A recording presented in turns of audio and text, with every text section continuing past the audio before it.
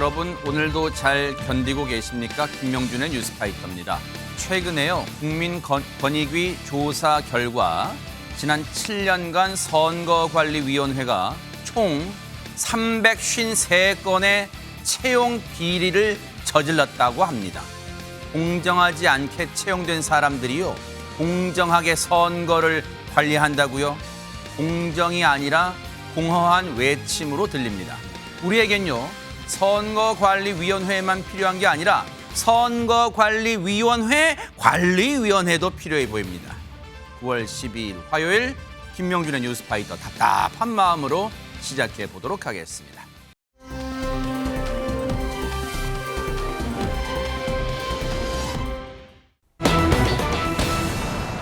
여러분 혹시 기억나세요? 지난달에요. 대전의 한 신협에서 강도 사건이 일어났는데 그때 못 잡았잖아요. 하재근 평론가님. 예, 우리나라에서는 은행 강도가 불가능하다고 많은 분들이 생각을 하시는데 아하. 그때 신협에서 돈을 훔치고 그 범인이 도주했다고 해서 충격을 줬던 그렇죠. 그 사건인데 지난달 18일에 대전의 한 신협에서 40대 남성이 헬멧을 쓴 채 오토바이를 타고 나타나서 소화기 분말을 뿌리면서 어머. 흉기로 위협해서 3,900만 원을 훔쳐서 도주를 했던 사건입니다. 세상에네. 당시에 도주 과정이 굉장히 치밀했었는데 본인의 흔적을 남기지 않기 위해서 소화기 분말 뿌렸다고 말씀드렸잖아요. 네네. 그 소화기를 들고 나왔습니다. 어머. 그리고 도주하면서 지인 차량 이용하고 택시 이용하고 CCTV 없는 도로를 통해서 또 경찰을 따돌리고 훔친 오토바이 2대 버리고 어머. 그러면서 도주를 했었습니다.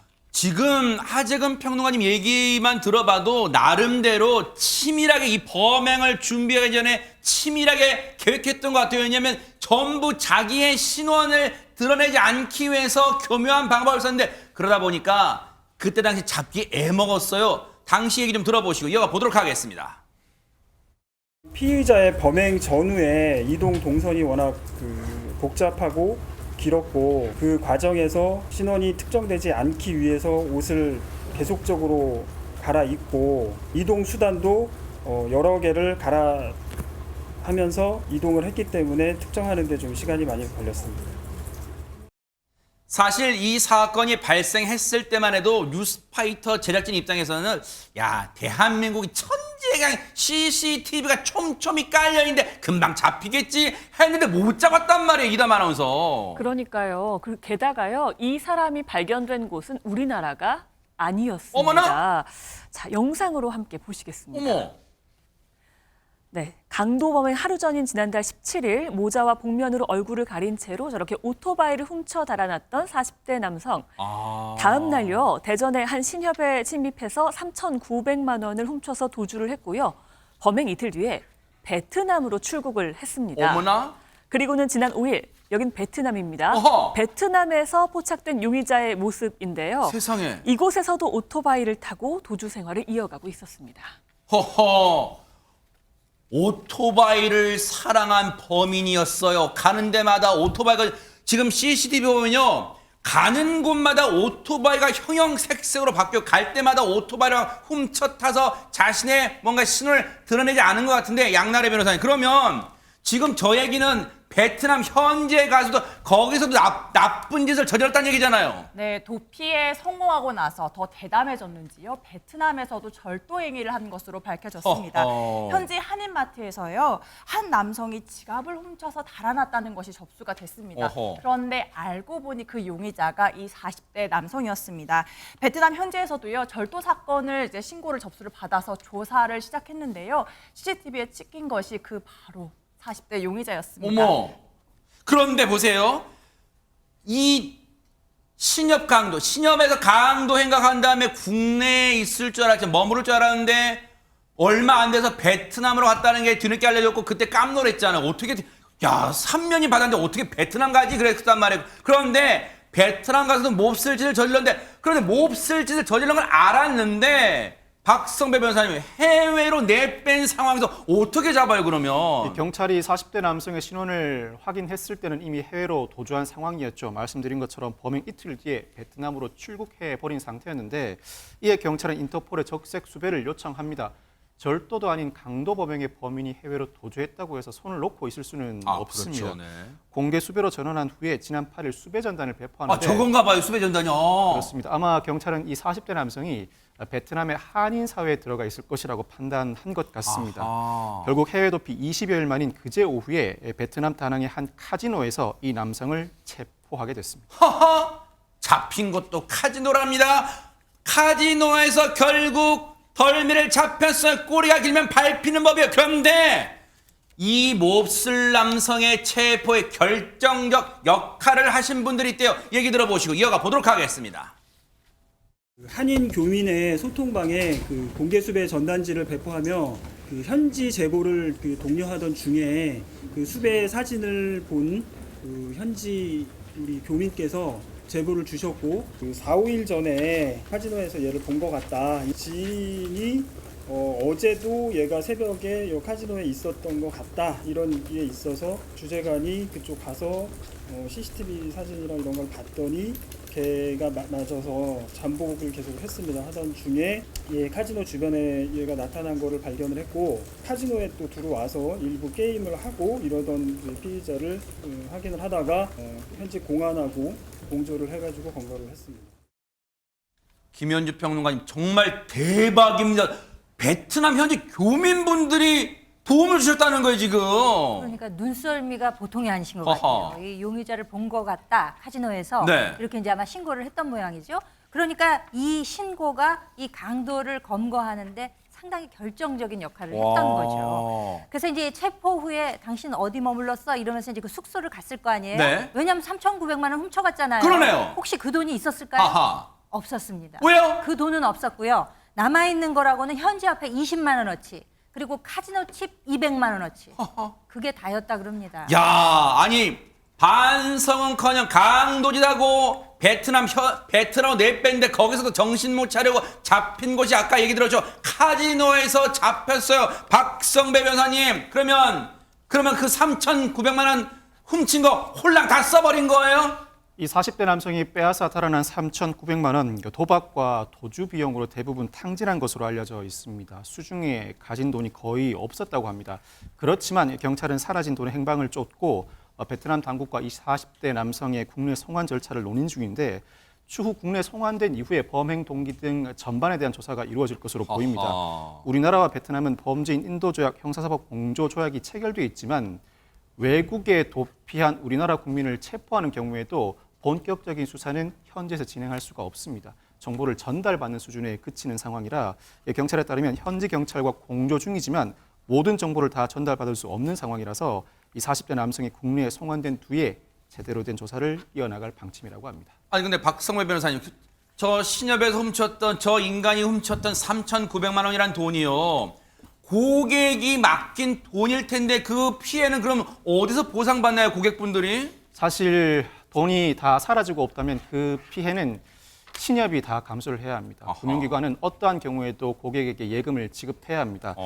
법률에 따라 금융기관은 그 예금보험공사에 가입하게 되어 있는데 금융기관이 극단적으로는 영업정지나 파산 조치를 받는다고 하더라도 반드시 그 금액을 지급해 줘야 하고 금융기관이 지급해 주지 못하면 예금보험공사가 대신해서 그 금액을 지급해 줘야 합니다. 아하. 참고로 신협의 경우에는 중앙회가 자체적으로 예금을 보호하고 있어 당장 고객들이 큰 피해를 입을 것으로는 보이지 않습니다만 그렇다고 하더라도 역시 고객의 돈을 모아서 운영하는 신협에게는 큰 피해가 발생할 수 있습니다. 그럴 수 있겠어요. 차제예요. 물론 은행과 달리 신협은 청원경찰을 둘 의무 조항은 없대요. 하지만 이번 일을 계기로요. 청원경찰을 의무사항은 아니지만 고객의 예금 피해를 막기 위해서라도 한번 고려해 보시는 거 어떨까 그런 생각해 봅니다. 검거했다니 천만 다행입니다.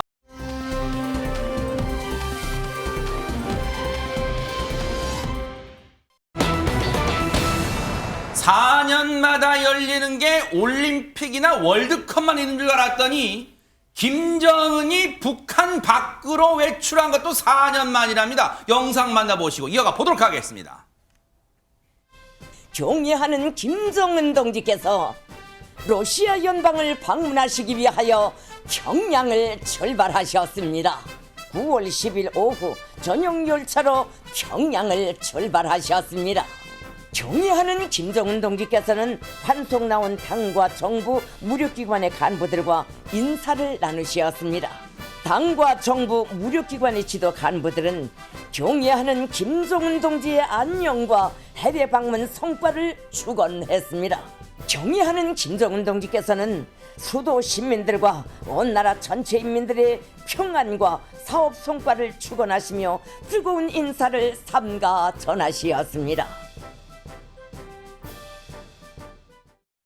참 대박입니다. 저게 이제 영상은 공개가 안 됐고 북한 당국이 사진을 공개했는데 러시아로 가기 전에 그 전용 열차가 서 있는 역에 수많은 당 군 간부들이 나왔는데 우리나라 대통령이 해외 순방 갈 때 공항에 나와 있는 서울공항에 나와 있는 그런 것과 비교하면요. 저게 뭐 전부 나온 거 모든 간부가 다 쏟아져 나온 거예요. 저렇게 다 도열해가지고 잘 갔다 오라고 막 저렇게 인사를 쉽게 막 눈도장 찍는 거예요. 김정은한테 저 나왔어요. 저 나왔습니다. 꼭 기억하세요. 뭐 이런 거 같은데 아니 러시아에는 뭐 하러 간답니까? 이담 아나운서. 푸틴 러시아 대통령이요 김정은 위원장을 초대를 했습니다. 네. 북러 정상회담을 하기 위해서인데요. 방금 말씀하신 것처럼 이 자리에는 굉장히 많은 사람들이 나왔습니다. 당과 정부, 무력기관의 지도 간부들이요 김정은 위원장을 이 전용 열차를 타고 있는 모습을 환송을 했다고 했는데요. 환송 군중도 나왔다. 그러니까 주민들도 나와서 환송을 했다라는 겁니다. 북한 노동신문과 또 조선중앙TV에서 저렇게 전했는데요. 앞서서 러시아 크렘린궁과 북한 조선중앙통신은요. 김 위원장이 푸틴 대통령의 초청을 받아서 곧 러시아를 방문할 것이다. 또 방문 기간에 정상회담이 진행될 것이다 라고 알린 바가 있습니다. 두 사람이 만약 블라디보스토크에서 만날 경우 1919년 4월에 북러 정상회담 이후에 4년 5개월 만에 같은 도시에서 재회를 하게 되는 건데요. 아직 어떤 도시에서 또 어디에서 만날지는 정확히 알려진 바는 없습니다. 아니 근데 박선배 변호사님 21세기란 말이에요. 지금 저것이 공항이 아니에요. 지금 저기가 이 기차역이에요. 지금 다른 나라를 가는데 기차가 웬 말인가? 왜 기차만 타고 다녀요? 그렇습니다. 김일성, 김정일에 이어 김정은까지 3대가 이용하고 있는 열차 태양호를 이번에도 이용했는데 김정은에게도 참매 1호로 불리는 전용기가 있습니다. 그럼에도 불구하고 열차를 고집하는 이유는 바로 안전의 문제 때문이라고 합니다. 1974년 구소련이 제작한 여객기 일류신 62로 만든 참매 1호 아무리 정비 상태 심혈을 기울인다고 해도 안전성이 높지 않다고 합니다. 반면에 이 열차는 탈선 위험을 제외하면 안정성이 상대적으로 높아서 열차를 지속적으로 이용할 수밖에 없는 상황이라고 합니다. 북한은 이 태양호의 전용칸을 방탄용 강철판으로 두르고 박격포와 장갑차를 싣습니다. 여기에 위성전화 등 최신 기기를 설치해 일명 움직이는 집무실로 불리고 있습니다. 저게 이제 우리가 겉보기에는 그냥 이 쇠로 된 그냥 외관인 줄 알았더니 저 열차가 저게 그냥 방탄이 된다는 거 대박 사건. 그런데 김민희 평론가님, 저 전용 열차 안에 그냥 저렇게 의자만 이렇게 회의용 의자만 있는 게 아니라 별의 별게 다 들어있다면서요? 별의 별게 다 들어 있습니다. 어허. 그 내부 모습이 공개된 적이 있었는데 작년 10월에 그 중앙TV에서 그 인민의 어버이라는 제목의 영화를 공개한 한 장면입니다. 요게요? 보시는 장면이 러닝 셔츠 입고 있는 장면이 어허. 저게 이제 열차 내부의 모습을 보실 수 있는데 반소매 입고 있는 모습 방금 전에도 나왔었잖아요. 네. 그리고 이 열차 안에서 상당히 그 담배 피는 것을 즐겨하는 김정은 위원장만이 홀로 담배를 피울 수 있다고 합니다. 저 옥수수 혹시 일부러 갖다 놓은 저 옥수수까지 뭐 저 옥수수에 물 주면서 키우는지는 모르겠습니다만 알곡 옥수수도. 확인을 하는 거죠. 알곡 확인을. 그 인민들 잘 먹여야 되잖아요. 그러니까 식량이 부족하잖아요. 네. 그러니까 이제 그런 거 확인하느라고 있었는데 네. 근데 그 한 러시아 외교관의 기고문에 따르면은요. 네. 이 안에는 별별 것이 다 있는데 뭐 예를 들면 침실 칸도 있고 식당 칸도 있고 또 뭐 경납고 칸도 있고 수행원 칸도 있고 별 칸이 다 있다고 합니다. 그리고 어허. 그 안에가 뭐 굉장히 휘황찬란하게 꾸며져 있는데 네. 지금 이 장면은 그 아버지죠.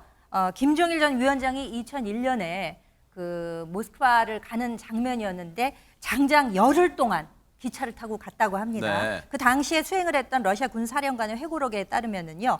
정말 아무리 푸틴 대통령의 전용 열차가 좋다 한들 이 김정일 위원장의 차에는 비할 바가 아니다. 아하. 그 정도로 굉장히 화려하게 되어 있었고 그 옛날에도 어허. 2001년이거든요. 저거는. 어머. 그러니까 러시아, 중국, 한국, 일본, 프랑스 어떤 요리도 다 가능하다고 합니다. 어머. 이 열차 내부에서 네. 그러니까 식당 칸이 있고 요리사들이 다 구비가 돼 있다는 얘기. 호호. 아니 그 예전에 그 혹시 보셨어요 여러분? 설국열차 보면 이 칸 열면 뭐가 있고 또 저 칸 열면 뭐가 나타나고 있는데 진짜 그런 거 같다는 생각도 들어요. 지금 별의별 게 다 있어요. 근데 아니 그러면 하재근 평론가님 이렇게 별의별 게 다 실려 있는 이 열차를 타고 어디까지 그럼 저 열차가 가는 거예요? 네, 별의별 게 다 실려 있지만 느린데요.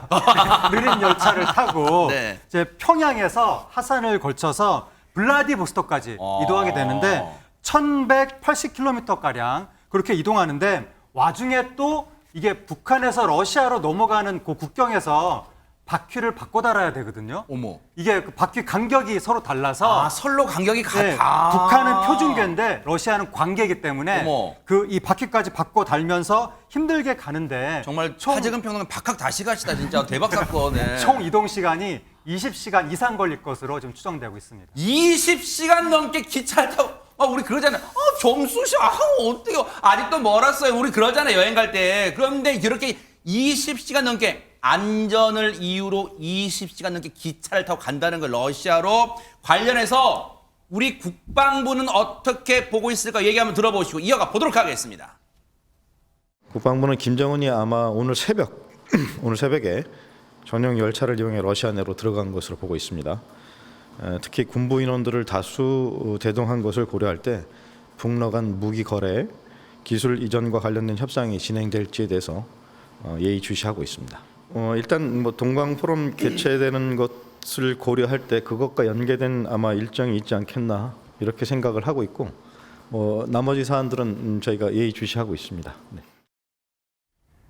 저렇게 20시간, 20시간 넘게 기차를 타고 간 김정은을 이담하면서 러시아가 찬밥 신세에 대하지는 않겠죠? 그러진 않는 것 같습니다. 기념 공식 만찬까지 준비를 하는 것 같습니다. 지금 드미트리 페스코프 크렘린궁 대변인이요. 일단 먼저 만나면 양국 관계에 대해서 논의할 예정이고 또 우리는 계속 우정을 강화할 것이다라고 강조하면서 기념 공식 만찬 행사를 준비하고 있다라고 이야기를 했습니다. 지난 3월에 이 중국 국가주석인 시진핑 국가주석이 방문을 했을 때요. 크렘린궁에서 굉장히 화려하게 또 의전이 대단했거든요. 네. 어떻게 될지가 좀 주목이 됩니다. 그리고 이제 주목되는 거는 북한에 부과된 유엔 제재를 불이행할 가능성이 시사된 건데요. 무기 거래 가능성이 계속 얘기가 나오고 있습니다. 유엔 안보리 상임이사국인 러시아가 북한의 군사기술, 식량 지원의 가능성을 좀 내비쳤기 때문에 이 부분도 굉장히 주목이 되고 있습니다. 참 꼴불견이에요. 두 나라 공통점 여러분 뭐라고 생각하세요? 지금 국제사회로부터 따돌림 당하잖아요. 푸틴이 뭘 잘했습니까? 최근에 쿠데타도 위기에 처했고 그다음에 지금 우크라이나 지금 전쟁도 끝내지 않고 지금 국제사회 비난받고 지금 김정은은 말할 것도 없고 끼리끼리 참 잘 만났는데 무슨 얘기를 할지는 더 관심 있게 지켜보도록 하겠습니다.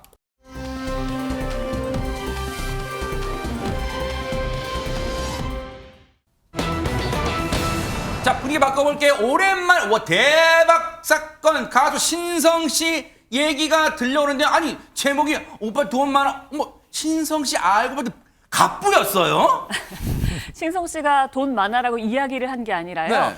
오빠 돈 많다라는 노래를 부른 겁니다. 이 노래가 무슨 노래일까 좀 궁금하신 분들도 계실 텐데요. 이 노래 한 번쯤은 들어보셨을 것 같습니다. 제가 한번 불러볼게요. 어머. 손 동작도 필요합니다. 오빠 돈 많아? 오빠 대박. 차 있어?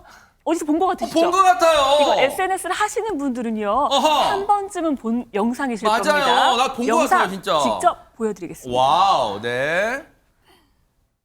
오빠 돈 많아? 오빠 차 있어? 오빠 집 어디야? 오빠 나 비싸. 나 안 비싸요. 항상 불러주세요. 저 안 비싸요. 그런데 이 영상 진짜 저도 본 기억이 나는데 이담하면서 근데 이 영상이 인기가 그렇게 많았어요? 아니면 별로였어요? 굉장한 인기를 끌었습니다. 무려 조회수가요 1,600만 회를 기록했다고 해요. 대박 사건. 근데 이 영상 속 주인공은요 코미디언도 아니고요 방송인도 아니고요. 지금은 크리에이터로 활동하고 있는 유튜버 왕간다 씨입니다. 아하. 근데 실제로 이 영상이 나간 이후에요 일반인들도 굉장히 많이 이 춤을 따라했고요. 어머. 코미디언 강재준 씨도 똑같이 따라했습니다. 네. 그냥 똑같이 따라한 게 아니라요. 아하. 이 왕간다 씨랑 똑같이 안경도 쓰고요. 옷도 입고요. 똑같이 따라하기도 했고요. 저렇게 따라했습니다. 거의 왕간다 씨랑 비슷하죠. 게다가 뿐만 아니라 방송 이수지 씨나 유재석 씨도 방송에 나와서 따라하기도 했고 굉장한 인기를 끌었습니다. 네. 아니 사실은 저 춤을 저희 분장실 선생님도 저한테 한번 해보라고 했거든요. 그럼 막 흉내는 냈는데 좀 어설펐거든요. 근데 어쨌든 유명했어요. 근데 하재근 평론가님, 개그맨 분들도 따라한다는 것은 어쨌든 화제성이 높다는 거네요. 조회수가 1,600만 뷰면 네. 이게 애들 이름이 아니거든요. 1,600만 뷰가.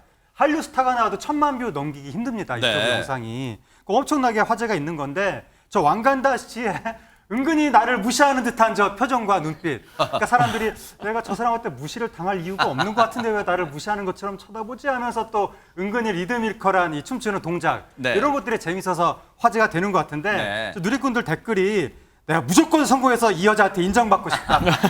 저 감정을 알 수 없는 눈빛은 누구도 못 따라함. 네. 전 여춘도 아닌데 왜 자꾸 보게 되지? 어중간하지 않으면 예술이 되네. 네. 이런 식의 반응들이 나왔는데 네. 저 왕간다 씨가 38살 강고연 씨인데 오. 춤은 그저 춤이다. 꿈은 CEO가 되는 것이다. 야. 이렇게 포부를 밝혔습니다. 되실 것 같아요. 진짜 대박입니다. 근데 자, 이 영상이 인기가 많았던 것은 이제 충분히 알겠어요. 근데 이다만 이거랑 앞서 우리가 초반에 얘기했던 신성 씨랑 무슨 상관이 있다는 거예요? 그럼 지금 노래에서 아까 물어봤잖아요. 네. 오빠 차 있어? 돈 많아? 물어봤잖아요. 그걸 대답하는 오빠로 무대에서 신성 씨가 이 노래를 부른 겁니다. 어머. 그런데요, 이 노래가 진짜 실제 있는 노래인가? 대체 이 노래 주인은 누구인가? 궁금하네요. 굉장히 궁금하거든요. 네. 실제 주인공은 따로 있었습니다. 어머. 영상으로 함께 보시겠습니다. 아, 그게 이거야? 오빠, 오빠, 오빠, 돈 많아? 오빠, 오빠, 오빠, 차 있어? 오빠, 오빠, 오빠, 집 어디야? 오빠, 오빠, 오빠, 나 비싸.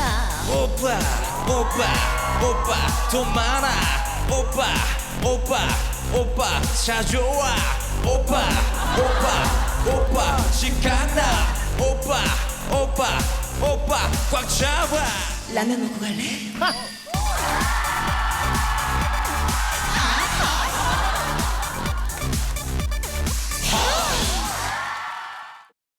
와, 지금 관객분들의 반응도 폭발적인데 하재근 평론가님, 이게 원래 있던 노래라는 거예요, 그러면? 예, 이 노래가 원래 라면 먹고 갈래라는 노래였었는데 네. 이게 2013년도에 만들어졌던 거예요. 와. 올해 10주년이 됐는데 어머. 근데 그 10년 전에 이 노래가 존니 씨가 불렀던 노래인데 네. 그때 코미디언 안소미 씨 지금 화면에 보이는 어. 저 안소미 씨가 당시에 피처링으로 참여를 했던 거죠. 아하. 당시 용돈 본다고 20만 원 받고 불렀다고 합니다. 세상에. 근데 이 노래가 잊혀졌다가 어머. 10년 후에 지금에 와서 유튜버 왕간다 씨의 그 놀라운 춤과 표정으로 인해서 지금 뒤늦게 뜬 거예요. 어머. 그래서 안소미 씨가 10년 만에 어머. 이 노래를 최근에 방송에서 부른 겁니다. 용돈 버는 마음으로 20만 원, 당시 20만 원 받고 불렀다는데 지금 그런 생각이 들어요. 박성배 변호사님, 이게 한창 뜰 때 저 사실 이 노래 제가 불러서 밝힐 수도 있었을 텐데 왜 그냥 조용히 계셨을까요? 안소미 씨는 부끄럽기도 하고 여러 가지 이유로 굳이 주변에 자랑은 안 했대요. 안소미 씨에 따르면 주변 사람들이 자신이 부른 노래인 줄 몰라서 심지어는 남편도 모르고 있었답니다. 어머. 한 번은 자기가 이 노래를 따라 부르고 있는데 남편이 잠깐만 비슷한데? 라고 해서 그때 이거 나야 라고 얘기를 해줬다고 합니다. 오. 또 당시 이 노래를 녹음한 이유에 대해서는 이 라면 먹고 갈래라는 노래가 클럽성이라 클럽을 노리고 만든 노래인데 10년 뒤에 이런 식으로 화제가 될 줄은 몰랐다고 하는데 그러면서도 이 노래를 아직 시부모님과 아이들은 모른다고 합니다. 어머? 자연스럽게 알게 될 때까지 굳이 안 들려줄 생각이라고 하는데 참고로 안소미 씨는 현재 두 남매를 키우는 엄마입니다. 아이고, 안소미 씨 어떡해요. 그 작전 실패에 오늘 왜 시어머님은 뉴스파이터를 보실 거거든요. 어떡해요. 이제 어머, 들켰다. 근데 김현주 평론가님, 남편한테는 이제 알렸고, 근데 시어머니, 시부모님한테는 안 알린다. 왜 그랬을까요? 그게 이제 커리어상 그럴 수 있을 거예요. 특히 이제 그 일의 특성이 있지 않습니까? 그렇기 때문에 안 알리고 저절로 알게 될 때까지 그냥 무슨 뭐 특별한 뭐 나쁜 생각이 있어서 그런 게 아니라 재미삼아도 그렇게 할 수 있을 것이고 저도 남편이 복면가왕 나갔을 네. 때 저한테 얘기 안 하고 나갔었거든요. 어허. 그러니까 그런 거 있을 수 있다고 생각합니다. 오, 일단은 시부모님께 나중에 깜짝 선물로 알려드릴 생각이었는지는 모르겠지만 어쨌든 지금 시부모님은 아직까지는 오늘 뉴스파트를 보실지는 모르겠지만 아직까지는 모르고 계시는데 어쨌든 안소미 씨의 이 노래를 신성 씨가 홍보를 톡톡히 한 셈이 됐는데요. 또 영상 보시고 이어가 보도록 하겠습니다. 편하고 힘들었던 오늘 하루 어떠셨나요? 이리 치이고 저리 치이고 고생 많으셨어요. 마셔 닭다리 잡고 삐약삐약 기분 좋게 원샷 마셔 기분 좋아 노래 좋아 좋다.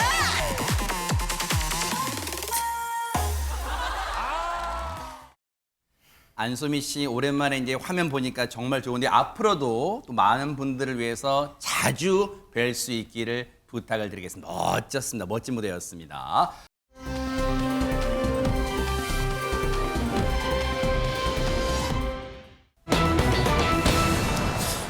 정말요, 우리 사회에 빛이 되는 그리고 가장 필요한 경찰분들 또 경찰서가 있어. 근데 갖가지 이유로 경찰이나 경찰서를 찾아가는 분들인데 와 대박 사건. 이런 이유는 어떻게 봐야 될까요? 이담 아나운서. 네, 오늘 두 사람을 소개를 해드릴 텐데요. 먼저 첫 번째 이야기입니다. 지난달 전남 보성에서요, 한 남성이요 차를 몰고 가다가 순찰차 앞에 끽 하고 차를 딱 세웁니다. 그리고는 다급하게 경찰에게 다가갔는데요. 무슨 일이 있었던 건지 영상으로 보시겠습니다. 영상이 있어요, 네.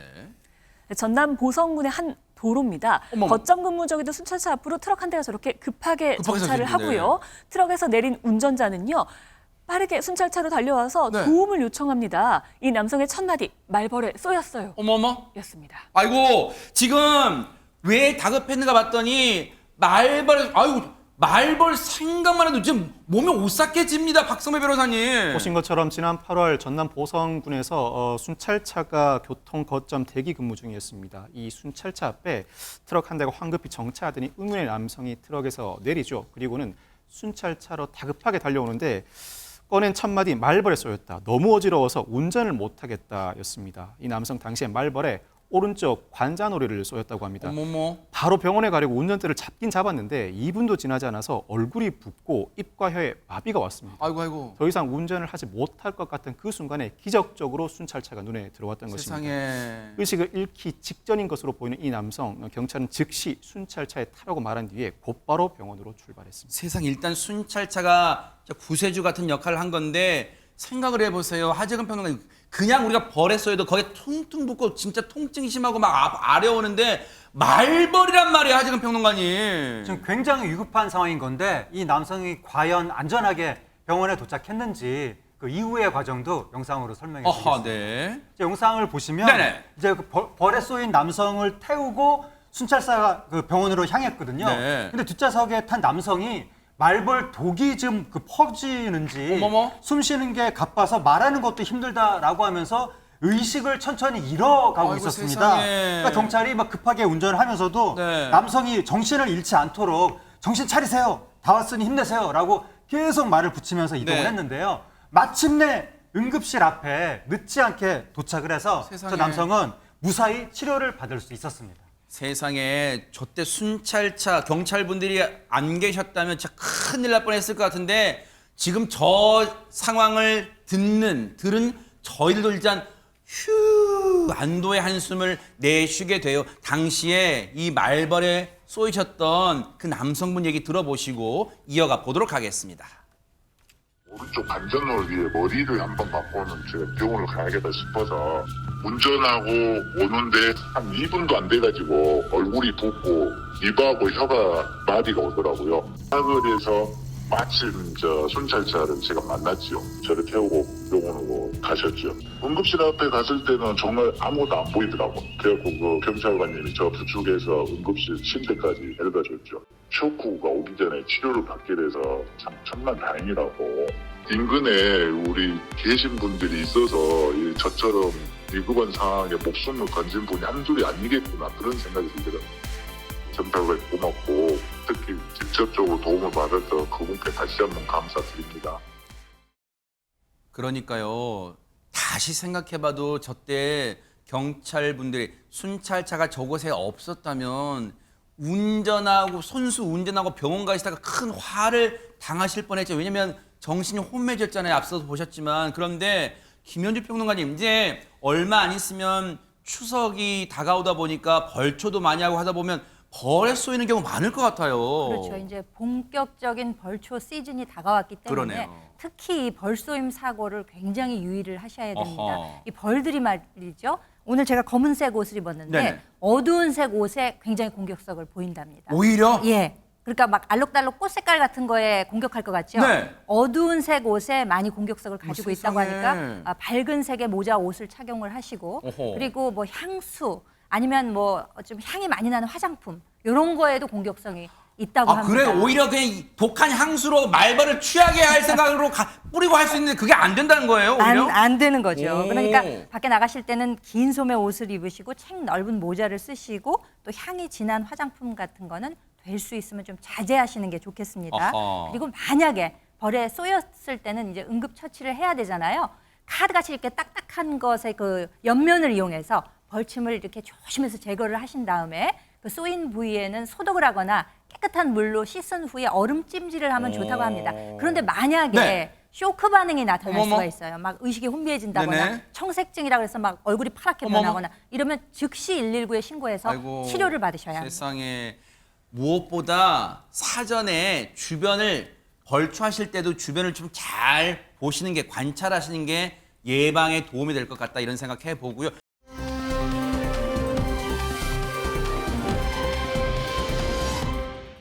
앞서도 말씀드렸지만 경찰이나 경찰서를 찾아온 사람들 두 사람을 소개한다고 했는데 첫 번째 분은 저희가 소개해드렸어요. 두 번째 사람은 누굴까요? 박성배 변호사님. 방금 전 일은 경찰의 도움이 필요해서 경찰을 찾았다면 이번 일은 경찰을 도와주려고 경찰을 찾았다고 할 수 있습니다. 어떤 일인지 영상으로 보시겠습니다. 훌륭하신 분이네요, 이분은. 네. 해도 다 저물지 않은 후 저녁입니다. 한 차량이 경적을 크게 울리면서 도로를 지나가는데요. 네. 경적 소리에 놀란 시민도 있고 경찰도 나가보지만 차량은 이미 사라지고 난 뒤였습니다. 네. 그런데 잠시 뒤에 한 주차장으로 들어온 문제의 차량. 방금 그랬잖아요. 네. 빈자리에 주차를 시도하고요. 이어서 운전자는 차에서 내립니다. 어허. 그런데 운전자가 걷는 모습이 심상치가 않습니다. 네. 들거리면서 담배를 피우는데요. 네. 갑자기 옆에서 나타난 경찰 남성과 대화를 나누더니 지구대로 데려갑니다.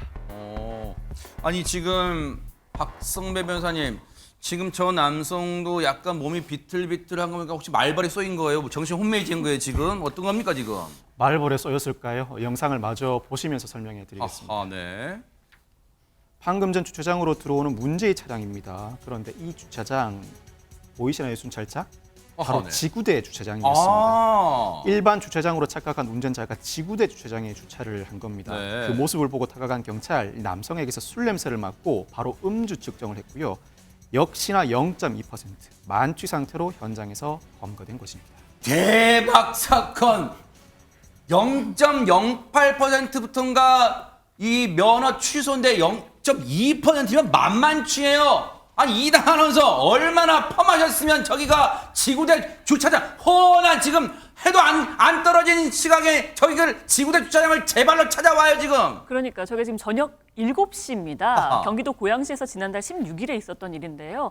7시쯤에 이제 경적 울리면서 지나갔고요. 그리고 5분 뒤에 저렇게 주차장으로 들어와서 차를 주차를 하게 됩니다. 아하. 주차하고는 그냥 내려서 흡연을 합니다. 그 근처에서 담배를 피우고 있었던 겁니다. 그래서 경찰이 무슨 일로 여기 오신 거냐 하고 다가가니까 좀 횡설수설하고 술 냄새도 났다고 합니다. 네. 그래서 측정 결과 아까 말씀하신 것처럼 혈중 알코올 농도 0.207 만만취 상태였습니다. 아하. 야, 저 운전자 예고편을 아까 보냈군요. 자, 나 들어갑니다. 빵빵 준비하세요, 경찰분들. 빵빵. 대박 사건입니다. 관련해서 저 상황을 맞이한 경찰분들도 얼마나 당황했을까요? 얘기 들어보시고 이어가 보도록 하겠습니다. 술 엄청 많이 먹었거든요. 0.207이면 한 소주 한 9병 넘게 먹었다는 뜻이 있는데 지구대에 보통 차는 거의 안 들어오잖아요. 이제 민원 업무에 그 사람 민원 업무도 아니고 그냥 그냥 갑자기 들어왔다가 차 세우고 나가니까 이제 직원들이 좀 의심해가지고 이제 다가가가지고 대화를 해보니까 차 태우고 밖에 나갔다 오겠다, 여기 누구 만나고 오겠다 하다 보니까 술 냄새가 나니까 이제 바로 그 차나 혼나가지고 그냥 그 지구대 내에 그냥 어떤 사람이 들어와가지고 그냥 뭐 담배도 피우고 막 그러더라고 자기가. 혹시요, 또 하나의 쓸데없는 궁금증이 생겼어요, 양나래 변호사님. 저 남성이 이거 자수한 거 아닙니까? 좀 이렇게 선처해 줘. 자수했잖아요. 혹시 이러면 어떻게 됩니까? 그 일반적인 경우에 범죄를 저지른 사람이 자발적으로 뭐 수사기관에 가가지고 저 이런 범죄를 저질렀습니다 하면 그 양형을 참작할 때 네. 반영이 되거든요. 그런데 이 경우에는 만만취한 상태에서 의도치 않게 눈을 떠보니 경찰서였습니다. 네. 그러면 자수를 하려는 그런 의도가 없었기 때문에요. 네, 자수로 인해서 뭐 선처를 받는다든지 감형이 되지는 않을 것 같습니다. 네. 네, 현재 경찰은요 운전자를 도로교통법 위반으로 검거해가지고 현재 조사 중에 있습니다. 네. 그래도요, 이런 생각하세요. 저 행위로 지구대 안으로 제 발로 들어온 게 천만다행히 도로를 활보하고 다녔으면 정말 자신의 안전에도 큰일 날 뻔했는데 이 영상을 본 누리꾼들의 반응도 굉장히 궁금해집니다. 김현주 평론가님. 일단은 정직한 멍청이다. 이런 얘기가 나왔고요. 무슨 노래 가사 같죠, 멍청이. 네. 그리고 이거 완전 코믹이다. 그러니까요. 이런 얘기도 있었고요. 네. 얼마나 취했으면 정말 지구대를 구분을 못하나. 네. 정말 경찰분들 고생하시지 말라고 음주운전자가 특별 배려한 것이 아니냐. 이런 이야기까지 나왔습니다. 그 정말로요, 술을 드시는 건 좋아요. 술을 드실 수는 있죠. 하지만 절대 운전대 잡지 말고요. 약속이 늘 뉴스파이터 말씀드리죠. 약속이 있는 날에는 꼭 집에다가 그냥 차 키도 다 가족한테 맡기고 나오세요. 제발 우리 이 땅에 음주운전 4글자 사라지는 그날까지 뉴스파이터 눈 부릅뜨고 따라붙어 보도록 하겠습니다.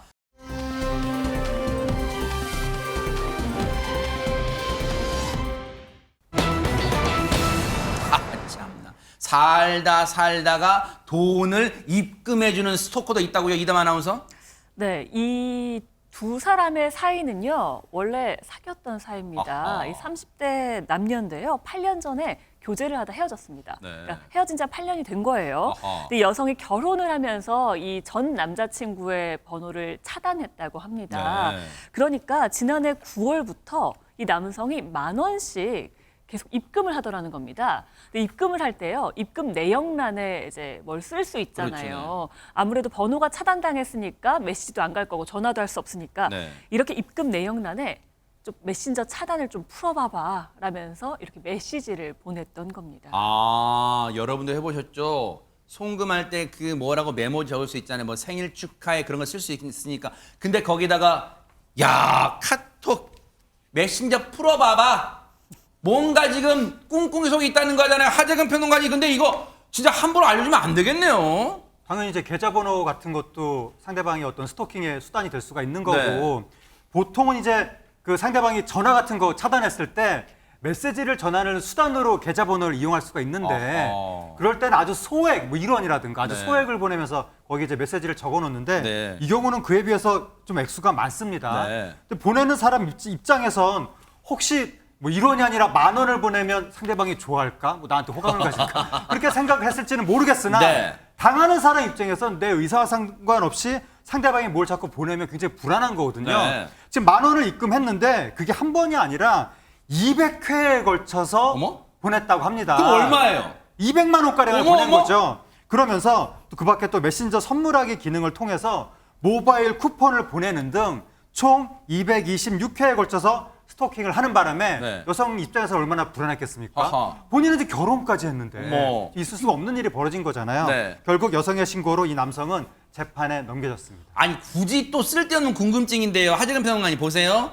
10,000원씩 200여 차례면 200만, 그 돈만 200만 원이고 가끔 모바일 선물 줬으면 일단 200 몇십만 원 돈, 진짜 뭐는 요걸로 좀 환심을 살려고 했을까요? 그러니까 이제 그 남성의 마음을 알 수는 없는데 네. 추정을 해보면 그 통장을 통해서 메시지를 전달할 때 보통 아까 말씀드린 것처럼 아주 소액을 보통 보내는데 그렇죠. 소액이 아니라 10,000원씩 입금했다는 것은 메시지 전달 플러스 금품 어떤 제공의 뜻도 있지 않았었을까. 내가 10,000원씩 계속해서 보내면 네. 저 여성이 나한테 호감을 갖지 않을까. 이런 생각을 했을 가능성도 있을 것 같은데 그렇게 일방적인 생각으로 상대방의 의사와 상관없이 네. 계속해서 접촉하는 행위는 무조건 스토킹이 될 수 있다는 점, 이거를 명심해야 되겠습니다. 어리석어요. 왜냐면 모두가 자기 같은 줄 알아요. 10,000원씩 입금하고 가끔 모바일 선물 주면은 그래 맞아 이 사람도 좋은 사람이지 그럴 줄 알았어요? 이건 스토킹 범죄예요. 김현주 평론가님. 그렇습니다. 10,000원, 10만 원 금액이 문제가 아니고 그렇죠. 당하는 사람이 이것을 심리적으로 불안하게 느끼는가가 중요한 아하. 거거든요. 더군다나 이게 반복적으로 이런 행위가 이루어진다면 굉장히 당하는 사람 입장에서는 불안해질 수밖에 없는 그러겠죠. 거죠. 그러니까 이거는 이제 범죄의 영역으로 들어오는 거죠. 오. 그렇기 때문에 이제 스토킹 범죄라는 것이 존재하는 것이고 이게 예전에는 없던 유형의 범죄이긴 합니다만 이게 굉장히 사회 문제가 될 수 있는 범죄의 영역이기 때문에 이거 정말 제대로 대처를 해야 될 것 같습니다. 양나래 변호사님, 진짜 저희가 지금 섬뜩한 오싹한데 이런 식으로 원치 않는 걸 계속 물량 공세 뭐 금액이든 뭐든 간에 보내는 것도 일방적으로 보내는 것도 스토킹의 범죄에 속하나요? 어떻습니까? 네, 맞습니다. 그 2021년 이전에는요, 스토킹을 하는 것을 경범죄 처벌법로 다소 약하게 처벌을 했습니다. 그런데 여러분도 아시다시피 스토킹을 통해서 강력 범죄가 맞아요. 많이 일어났잖아요. 그래서 2021년부터 스토킹 처벌 등에 관한 특례법이 새롭게 제정이 되었습니다. 어허. 그래서 그때부터는 피해자에게 반복적으로 음성, 문자, 사진, 원치 않는 선물 등을 도달하게 해서 공포심과 불안감을 조장한다면 스토킹 처벌법으로 중하게 처벌될 수가 있습니다. 그러니까요. 이 여성분 입장에서는 그런 걸 지속적으로 받았을 때 얼마나 불안했겠어.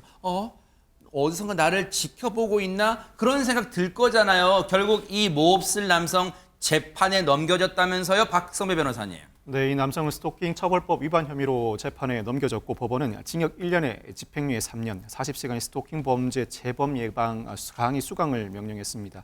양형 이유에 대해서는 결혼 생활 중이던 피해자 상황을 고려하면 피해자는 상당한 불안과 공포를 느꼈을 것으로 보인다. 결혼 생활 과정에서 겪은 피해도 중한 것으로 보인다. 단, 피고인이 잘못을 인정하고 반성하는 점, 과거 동종 범죄로 처벌받은 전력이 없는 점 등을 종합해형을 정했다고 판시했는데 스토킹 처벌법이 2021년 10월에 시행돼 거의 2년이 다 돼갑니다. 이제 재판부의 판결 선고가 다수 쏟아지고 있습니다. 이 시점에서 양형위원회가 스토킹 처벌법에 대해서도 양형 기준을 마련하고 있습니다. 양형 기준이 마련되면 처벌 형량이 올라가거나 전국적으로 균질된 형량이 선고될 것으로 예상됩니다. 그러니까요. 근데요, 오늘따라 제가 쓸데없는 궁금증이 좀 많은데요. 박성배 변호사님, 일단 재판부로부터 일단 집행유예는 당장 뭐 구속이 되는 건 아닌데 이 남성이 재판부 이제 선고 이후에 그래, 나 반성했어. 그러니까 내가 지금까지 붙였던 그 200만 원 넘는 거랑 그래 모바일 선물 다시 나한테 돌려주면 안 되겠니? 라고 여성분한테 한다면 이거 돌려받을 수 있나요? 어떻습니까? 돈을 돌려받으려면 돌려받을 수 있는 권한이 존재해야 하는데 어떤 면에서 살펴봐도 권한이 존재하지 않습니다. 빌려준 것이라거나 거래의 대가 등 일체 해석의 여지가 없습니다. 굳이 따지자면 범행의 수단으로 돈을 지급했는데 돈을 지급했다는 측면에서는 증여로 해석할 수 있고 어려운 표현으로 반환금지 사유인 불법원인 급여에 해당해서 어떤 면에서든 돈을 돌려받을 수 있는 법적 근거가 없습니다. 하하. 나쁜 의도로 준 돈이기 때문에 준 행위이기 때문에 보상받을 수 없다는 거 명심하고 이제 정말 정신 똑바로 차리길 기대해 보도록 하겠습니다.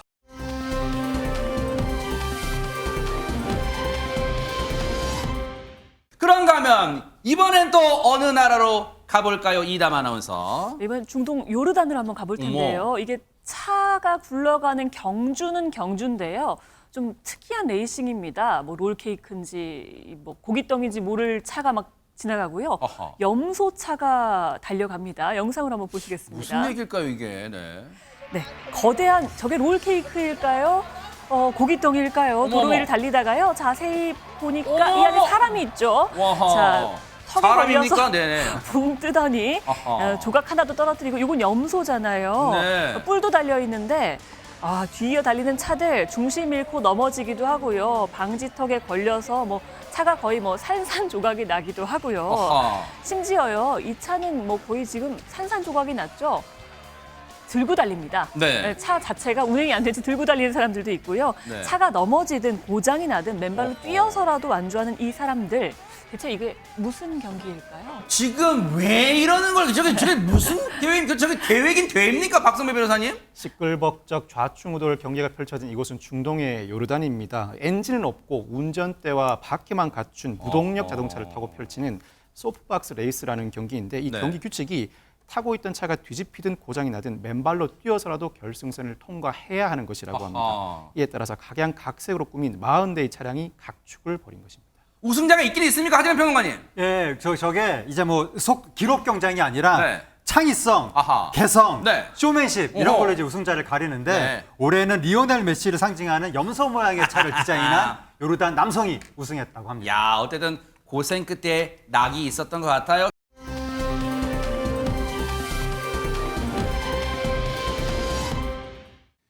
오늘의 클로징은요, 서울 성북구에 사시는 강수진 님이 제게 직접 보내주셨습니다. 읽어드릴게요. 대학생 아들 둘을 둔 50을 바라보는 엄마입니다. 요 며칠 이삿짐을 싸느라 정신없이 보내고 있어요. 어허. 아파트 청약이 당첨돼서 오호! 바로 내일 남양주로 이사 가거든요. 대박 사건! 결혼 후 처음으로 우리 집이 생긴 게 지금도 꿈만 같네요. 그동안 조그마한 새빵집에서 불평 한마디 없이 잘 자라준 아들들과 묵묵히 직장과 집밖에 모르고 살아온 남편이 정말 고맙습니다. 오늘 밤에 잠이 잘 오려나 모르겠네요. 이렇게 보내주셨습니다. 강수진님 정말 행복하시겠어요. 그동안 가족 사랑이 버팀목 아니었나 생각합니다. 축하드리겠습니다. 김명준의 뉴스파이터 여기서 마치겠습니다. 함께해 주신 여러분 고맙습니다.